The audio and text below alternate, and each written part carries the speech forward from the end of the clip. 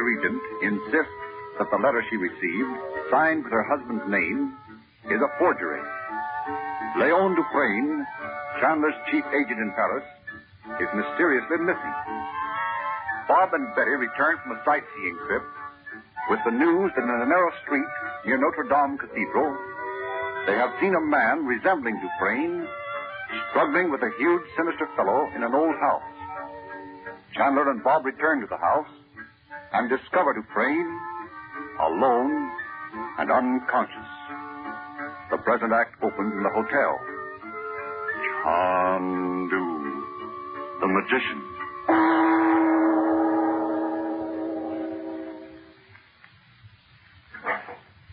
Well, here we are, Mother. Didn't Uncle Frank come? Not yet. So you might just as well have come down to lunch with us.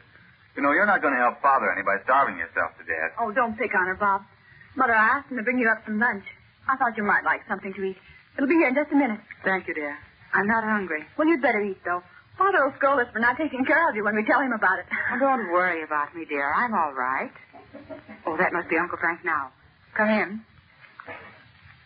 Oh. It's your lunch, Mother. Put it here on the table, Antoine.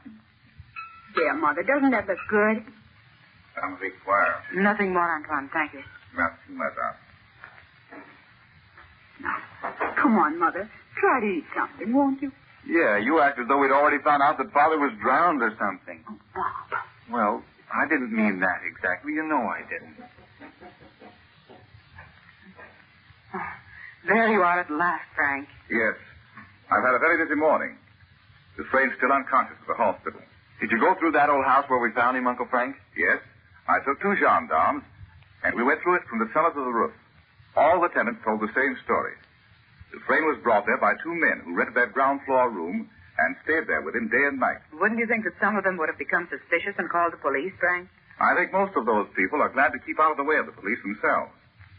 The 2 men told the same story, that Dufresne was their brother and was insane, and that they were keeping him there for a few days before taking him away from Paris. And did the people believe that, Uncle Frank? I suppose not, but they wouldn't interfere. If I'd realized Dufresne hadn't gone away somewhere himself, I would have offered a reward for information about him. Those cutthroats down there would surrender their entire family for 100 francs. Oh, why do you suppose they ran away? I think they were afraid someone had heard Dufresne break the window and call for help, and decided to go away before the police came and arrested them. And so they just fractured his skull while they were about it, huh, Uncle Frank? Yes. I'm surprised they didn't kill him. They may have been instructed not to. What I wonder is, why Mr. Dufresne wrote that letter to you, Uncle Frank, and even sealed it up in an envelope, and still it wasn't finished. Well, why do you suppose that was? The letter said he'd been writing on it for several days, you know, and he may have felt it was not safe to try to write any more. I mean, perhaps he thought he'd rather let it go as it was than run the risk of those fellows finding it. Yeah, or he might have been left alone for just a minute and thought that was a good chance to throw the letter out the window, Uncle Frank. Yes, but we'll find out those things when he recovers consciousness. They're going to call me from the hospital as soon as he's able to speak. And you haven't learned one thing about Robert, have you, Frank? Well, yes, I've learned a few things. I've been to Robert's laboratory. You didn't find anything that would give you an indication of where Robert might be? No, the place had been cleaned out. There was nothing there except a few empty bottles that had held chemicals. What can have happened to Robert? Well, Uncle Frank, I should think you'd be afraid to go there. I mean, how do you know they aren't watching that building? What do you mean by they? Well, somebody must have taken Father away from there.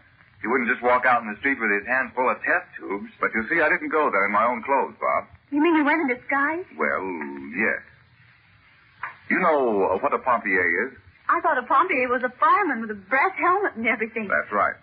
You know, in Paris, the person who owns the building is charged a fee for calling the fire department when there's a fire. So it's to every landlord's advantage to keep the cost of calling firemen down to a minimum. Well, can you beat that? I dressed myself in the uniform of a fireman and went boldly to the door of this place and announced that I had been called to see about a fire in the chimney. Oh, I wish I could have seen you, Uncle Frank. Frank, I don't understand how Robert's been communicating with Mr. Dufresne all this time. How did he get word to Mr. Dufresne or get letters out to be mailed? Well, you see, Dorothy, the chemist on the ground floor was one of our men. He didn't know who Robert was, but he knew there was something going on upstairs that was not to be spoken of. His wife had been getting Robert's meals and also taking messages for him to Dufresne. But where are this chemist and his wife? I don't know. Dufresne's letter said nothing about them, you know. He just said he'd received a message from me, telling him to close up the chemist's shop, and when he went there to follow my instructions, He found the chemist and his wife gone, and the shop closed. But Mr. Dufresne didn't say a word about them in his letter, did he, Uncle Frank? No. And that must mean they were not there when he arrived. You mean the chemist was really working for someone else all the time, Frank? No, I don't mean that. I think he and his wife were probably sent away by a message purporting to come from Dufresne. Well, gee, it certainly is complicated, isn't it? Mother gets a message from Father saying he has to go away for a few days. And Mr. Dufresne gets a message from you telling him to close up the chemist shop. And the chemist gets a message from Mr. Dufresne telling him to go away. And don't forget, Father told Mr. Dufresne Uncle Frank wanted him to come to Cairo. But what can be the purpose of all this, Frank? Surely... The purpose was to get into Robert's laboratory and search it. But why? Because they think he's made a discovery that they can use. And that means those papers of Robert's that were stolen from the house in Beverly Hills have never been found. Where do you think they are, Uncle Frank? I think they're in the hands of some person, some native in Algeria or Egypt, who doesn't know what they are. Don't you know a ranger said Roxor had the Arab who stole the papers in Alexandria killed? The one who tried to sell them to me in Algiers? Yes. Well, if the papers are just kicking around in some native house down there in Algiers, they certainly will never do anybody any harm. No, unless someone comes along who realizes their real value. As a matter of fact, those papers are just like an unexploded shell lying around somewhere where anyone might come along and kick it. Frank. I know. But who would want Robert's secret now? And how can you even begin to look for these men and the men who've sent Robert away? Well, first, of course, I went to the police. Foreigners are required to register with them. And we may find them that way. I'm having Dimitri looked up. I know if he came to Paris, he might be able to lead us to the rest. Listen, there's that summons thing. Now I bet you'll find out about Dimitri and Father and everybody. My crystal ball. There it is. May we all look, Uncle Frank? It may be about Father. Yes, or... What a strange picture. Gee, yes. The ocean, isn't it? But it sure looks funny. How black and menacing the water looks. Look at the rocks at the edge. They're toppling over into the water. Oh, I hate to look. Strange we don't hear the Yogi's voice, Frank. Let's all be still. I think we shall hear it. My son, thou art going into extreme peril. Be warned in time. I'm listening, my teacher. But what is the meaning of this strange picture of great rocks falling into the sea? Interpret it according to the wisdom of the East, my son. The sea of thy life is black with clouds of seeming evil. But thou art strong to deny it, if thou wilt. I understand. In overcoming the powers of darkness in the place thou hast visited, thou hast done well. The brotherhood commends thee. But thy work will succeed only by unceasing vigilance. Dost thou understand, my son? Yes, my teacher. Tell those thou lovest they must be strong. Tell thy sister this. When there be an empty space within thy life, fill it with love.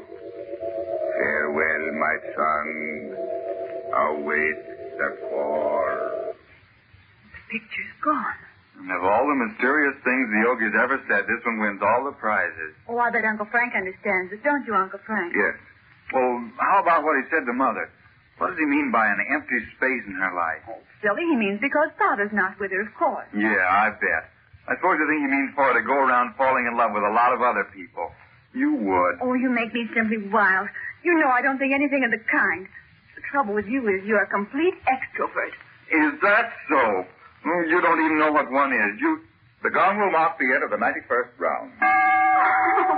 I'm sorry, Uncle Frank. You haven't done that for a long time. Gee, won't you ever teach me how you do that, Uncle Frank? I'll promise you I'll never fight with Betty again, if you will. My word. You almost sent me to do it. Do you think the Yogi meant you're actually going to someplace near the sea, Frank? Or was that picture just, well, symbolic? Dorothy, I can't tell you. I must find out first whether... I'll see who it is, Mother. Oh, hello, Naji. Come in. Did you get your ticket? Yes, Betty. I could have seen to that for you, Naji. Oh, thank you, Chandu. But I had to be in that part of Paris for something else. And it was easy to see about the tickets then. Chandu, I have seen on the street Dimitri. You have? Was he alone? Yes. He was hurrying along the street as though he wished to be out of sight as quickly as possible. Did he see you? No, Chandu. Nicky told me Dimitri came down to Cairo to see you a few weeks ago. Did he, Najee? Nicholas told you. How did he know that? I told him. What do you want, Najee? Let us not speak of that. No, that's all over now. But say, what... Najee, where did Dimitri go? Did you notice? Yes, I follow him as fast as I can, so we will not see me. And he went quite a long way. That is why I was so late returning to the hotel. He entered the Rue José d'Antin, and I saw him stop before a little shop. A shop? What kind of a place was it? It was a, gem cutter shop. Very tiny, with small windows. Could you find the place again, Najee? Oh, of course, Chandu. Can you tell me exactly where it is? I will go with you and point it out, Chandu. Oh, no, that won't be necessary. Just give me the location and I'll find it. Najee, did you notice that there was a clock around there anywhere? In the street, I mean? A clock? But no, Bob. Why do you ask? Because that message Uncle Frank found in the statue said, the clock strikes 5. I thought if that was a meeting place, there might be a clock around someplace. Oh, no, Bob. Now, Najee, tell me where that shop was. I'll answer it. Hello? Robert. I'm listening, yes. Tell Frank what? I can't hear you, dear. Yes. Yes. And what? I can't hear you. Robert, listen to me a moment. What are you? I hear you. Robert, tell me where you are. Robert.